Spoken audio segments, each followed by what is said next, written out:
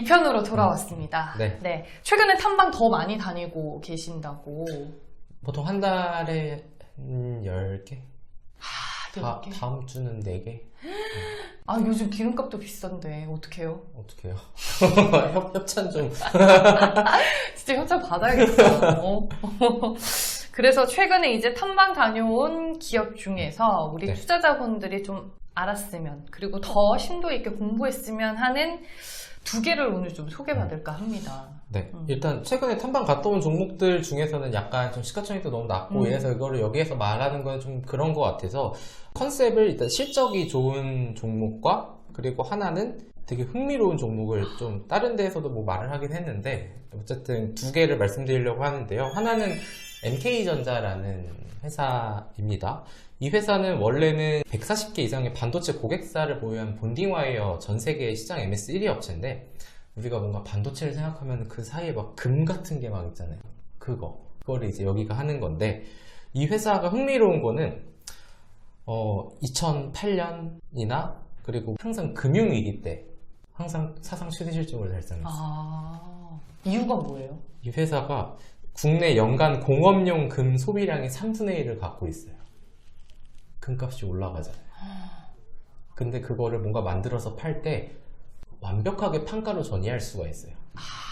딱 요즘 트렌드에 맞는 회사네요. 네. 그러다 보니까 이게 인플레이션 시기에 항상, 왜냐면은 뭐 금융위기 때 뭐가 올라요? 금 같은 게 오르잖아요. 근데 이 회사가 금을 많이 갖고 있잖아요. 그러다 보니까 그때마다 되게 사상 최대 실적을 달성을 하고 있고 좀 시장에 많이 안 알려져 있긴 했는데 이 회사가 또 2차전지 응급제 시장에 대한 진출 기대감이 또 얘기가 나오고 있어요. 이게 SI 얼로이라던가 SIC 같은 소재 양산이 지금 한 양산의 7, 80%까지 좀 도달한 수준이어서 아마도 내년쯤에 좀 증설을 하지 않을까. 근데 지금 보면은 이 회사가 그리고 이제 한국토지신탁이라는 회사를 지분을 갖고 있어서 실적은 되게 좋게 나와요. 왜냐하면은 뭐 토지 신탁사 같은 경우에 실적이 워낙 좋다 보니까. 근데 아쉬운 게 이렇게 실적이 좋은데 시장에서 알려지지 않았기 때문에 좀 주가가 뭐 하락하고 있는 건 아닌데 그냥 좀 지지부진한 모습을 보이고는 있거든요. 그래서 좀 이런 오히려 스몰캡 종목 중에 실적 그리고 약간의 모멘텀 있는 회사를 원하시는 분들이라면은 한번 좀 확인을 해보시면 좋을 것 같다. MK전자, 저희 이런 기업이 있는 건 알고 있었는데 진짜 오랜만에 이름 듣는 것 같아요. 네, 시가총액도 한 3,500억 정도 되니까 뭐 적은 거는 아니고요. 근데 이 회사도 조금 이제 주식 오래 하신 분들은 잘 아시더라고요. 회사에 대한 이런저런 뭐 얘기들이 예전부터 전해져 오는 게 있나 봐요. 네, 그래가지고 저도 그거 알고는 갔는데 뭐 제가 기업을 분석하는 일이라는 거지 그 회사에 뭐 완전히 예전의 이력을 공부하는 건 아니다 보니까 한번 그냥 관심 종목을 보고 공부해볼 만한 회사다 라고 보시면 될 것 같아요. 언제쯤 탐방 다녀오셨어요? 이 회사가 최근 한 2월이었나요? 근데 이 회사를 사실 재작년에도 한번 갔다 왔었는데 네. 이제 올해는 한 번 더 만나서 좀 얘기도 나누고 이거는 좀 여담이긴 한데 제가 제 탐방을 다닐 때 이런 얘기 해도 돼요? 네. 처음에 탐방 다닐 때 사실 거절 되게 많이 당했었거든요. 그 뭐 하면 되냐 이랬었는데 그럴 수 있죠. 네. 근데 약간 이제는 FM 가이드 그 보고서 얘기를 하면은 약간 톤이 바뀌는 그런 게 있어가지고 물론 NK전자는 그 전부터 제가 알고 있었던 회사긴 한데 좀 그래가지고 요즘에 이렇게 실적이나 뭐 제가 원하는 좀 회사들은 그래도 좀 탐방을 잘 갈 수 있어서 좋은 것 같아요. 그래서 요즘에는 오히려 시장이 되게 어수선하다 보니까 투자하시는 분들이 오히려 탐방을 많이 가고 이게 탐방이 엔데믹하고 관련이 있는지는 잘 모르겠는데 이제 또 회사들이 탐방을 받기 시작한 거죠. 요즘에 또 주가가 좀 애매하다 보니까 NDR 갑자기 많이 하고 이런 회사들도 많아지니까 뭐 보유하고 계신 회사에 뭐 이런 IR을 하는지 그런 것들도 좀 체크를 해보면은 그 회사가 지금 대충 어떻게 돌아가는구나 이런 것도 알 수 있을 것 같아요. MK전자 그러면은 탐방 갔다 오신 후에 밸류파인더에서 그것도 나왔나요? 리포트도? 레포트는 나왔는데 목표 주가를 산출을 못 하겠어요. 이 회사 5년 동안 증권사 보고서가 몇 개 나왔는데 아무도 목표가 제시를 안 했어요. 그 이유가 있을 거 아니에요? 제가 아까 얘기한 한국토지신탁 때문에. 이게 이 회사 실적은 추정을 했어요. 근데 이게 연결로 하면은 한국토지신탁까지도 이제 완전히 추정을 다 해야 되는 거죠. 연결로 들어오니까. 그래서 제가 처음에는 이제 이 회사를 정확하게는 막 공부를 안 했을 때는 탐방 갔다 와서 와 회사 좋다. 근데 애널리스트가 아무도 목표 주가를 산정을 안 한 거예요. 그래서 보니까 나중에 공부해보니까 알겠다. 왜 안 했는지 알겠다. 그게 이제 한국토지신탁을 완전히 또 공부를 해야 되는 부분인데, 또 업황이라는 게 사실 부동산 업황이 또 어떻게 될지 모르는 거고, 그 회사에 또 어떤 일이 생기는 건지 모르기 때문에 뭐 어쨌든, 그리고 이 회사가 또 폐기물 쪽으로도 지금 동부엔텍이나 이런 회사들을 또 인수를 해가지고 되게 많이 뭔가를 하고 있어요.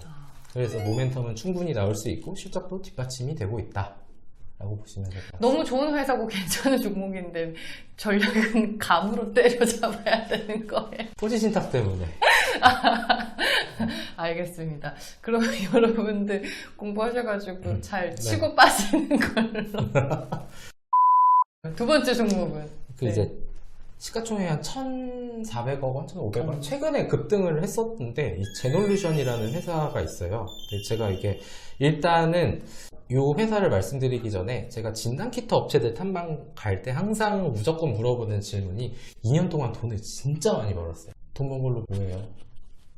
왜냐하면 진단키트는 이제 엔데믹이다 보니까 돈은 벌어놨는데 그럼 이 회사의 이제 신성장 동력이 뭐냐라는 거죠. 그쵸. 시장에서 궁금한 거는. 다음 네. 스테이지. 그러니까 주가가 하락을 하는 거예요. 그걸 제시를 못하니까. 근데 이 회사도 체외 진단기기 전문 기업이고 분자진단 시장 성장에 따라서 2년 동안 돈을 되게 많이 벌었어요. 이게 최근에 급등해서 시가총액이 그렇게 된 건데 제가 이거를 탐방을 갔다 왔을 때 시가총액이 한 1,200억 원 정도였었거든요. 근데 현금이 600억이 있어요. 많은 편인 거죠. 왜냐면 2년 동안 돈을 벌어놨으니까.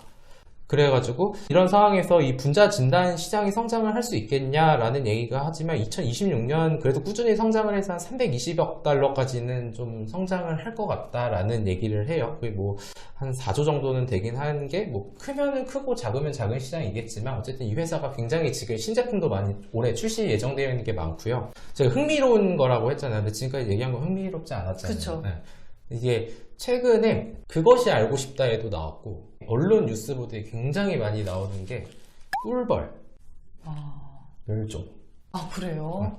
이게 유엔에서도 유엔이었나? 그런 데에서도 얘기를 했어요. 꿀벌이 2030-40년에 멸종이 될 거다. 그 멸종이 되면 그냥 먹는 걸로 예시 드는 게 제일 이해하기 쉬우니까 우리가 지금 음식을 먹고 있는 이 밥상의 3분의 1이 사라진다고 보면 돼요. 그게 이제 왜 그러냐면은 이게 뭐 우리나라 예전에 뭐 중세 시대였나요? 흑사병 이런 거 있었잖아요. 근데 꿀벌의 흑사병이라는 게 있는데 이름이 너무 어려워서 낭충봉화 부패병이라는 게 있어요. 얘네 지금 꿀벌들 사이에서 지금 흑사병이 돌고 있는 거예요? 실제로 줄고 있어요. 계속. 이게 그 수분 활동이라고 하는 게 이제 꿀벌들이 여기 갔다가 여기 갔다가 하면서 성장을 하는 건데 식물들이 이제 그게 이제 꿀벌이 없었으면 그걸 못 하니까. 그렇죠. 그게 되게 사회적인 문제가 된다라는 건데 그래서 사실 이제 며칠 전에 주가가 급등했던 게 지금 이 꿀벌 관련한 얘기가 이제 뉴스로 보도가 되면서 급등을 했었거든요. 이게 임상을 해야 돼요. 근데 우리가 생각했을 때는 뭔가 우리가 알고 있는 제약바이오는 임상 1상, 2상, 3상까지 갈 거면은 굉장히 오랜 시간이 걸린다. 근데 그건 사람 대상이고 이거는 꿀벌이 대상이다 보니까 사계절만 보면 돼요. 봄, 여름, 가을, 겨울. 그래서 지금 들리는 얘기에 의하면 이거를 지금 치료제를 개발해서 한 내년 상반기쯤에 치료제가 나오지 않을까. 그러니까 꿀벌을 살리기 위한 그쵸, 치료제인 그쵸. 거죠. 그 바이러스 증식 어. 억제제, 이게 허니가드라는 건데 어쨌든 그게 나오게 되면은 우리나라에서는 이제 이름이 생각 안 나는데 농림축산 그런 이제 정부에서 사가지고 농가에 배포를 하고 농림축산식품부. 그렇게 하고 이제 해외로도 동남아에서도 지금 많이 줄고 있어가지고 그게 동남아까지 갈 수 있고 물론 그게 시장 규모가 얼마일지는 사실 아직은 정확하게 나와 있지는 않지만 이 컨셉을 실적으로 봐야 될지 아니면 모멘텀으로 봐야 될지는 그건 시장이 알아서 판단을 하는 거고 제가 갔다 와서 느낀 거는 사실 그래서 탐방 갔을 때 앞에는 하나도 안 들렸어요. 분자진단 얘기는 잘 몰랐는데 이제 꿀벌부터 이제 잠이 깨가지고 되게 흥미롭게 들었었거든요. 이런 데 하는 데가 있구나. 그래가지고 이 회사가 마곡에 있기는 한데 좀 진짜 저는 좀 되게 흥미로웠어요. 그래서 그러면은 이 회사가 유일해요? 이쪽 지금은 꿀벌과 관련된 시장에 알려진 거는 그래요. 그런 메리트가 있지. 이 회사가 유일하다고 하면. 그렇죠. 시가총액도 뭐 지금 이제 최근에 급등이 나와서 1,400억 원 정도 됐으면 뭐 여전히 현금을 600억 원을 갖고 있고 어쨌든 이런저런 쪽으로 계속 준비를 하고 있기 때문에 제가 봤을 때는 그래서 그냥 아니 또 앞에 1부, 2부 해가지고 우울한 얘기만 해가지고 좀 재밌는 얘기 하는 게 낫지 않을까 해서 이 회사를 좀 말씀을 드렸습니다. 그러면 아까 실적으로 반영해야 될 될지 아니면 모멘텀으로 봐야 할지 조금 애매하다라고 말씀하셨는데 그래도 조금 더 마음이 기우는 쪽은 어디예요, 대표님은? 모멘텀.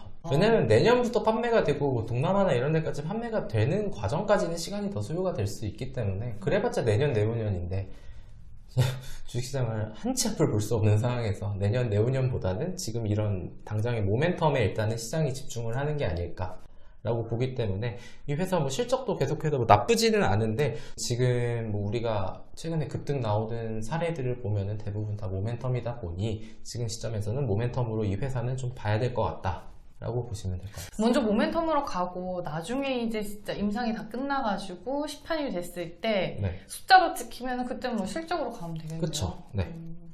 그건 뭐 시장이 이제 평가를 하는 거니까. 네. 그러면 요거는 모멘텀으로 지금 시총이 한 1,400에서 1,500억 원 정도. 네. 그 모멘텀을 봤을 때는 그러면은 네. 우리가 어느 정도의 수익을 챙기면 좀 만족할 수 있는 프로테이지예요? 모멘텀은? 저는 지금 시점에서는 그래도 한 이 정도면은 최소 20% 이상은 더 가야 되지 않나라고 생각을 해요.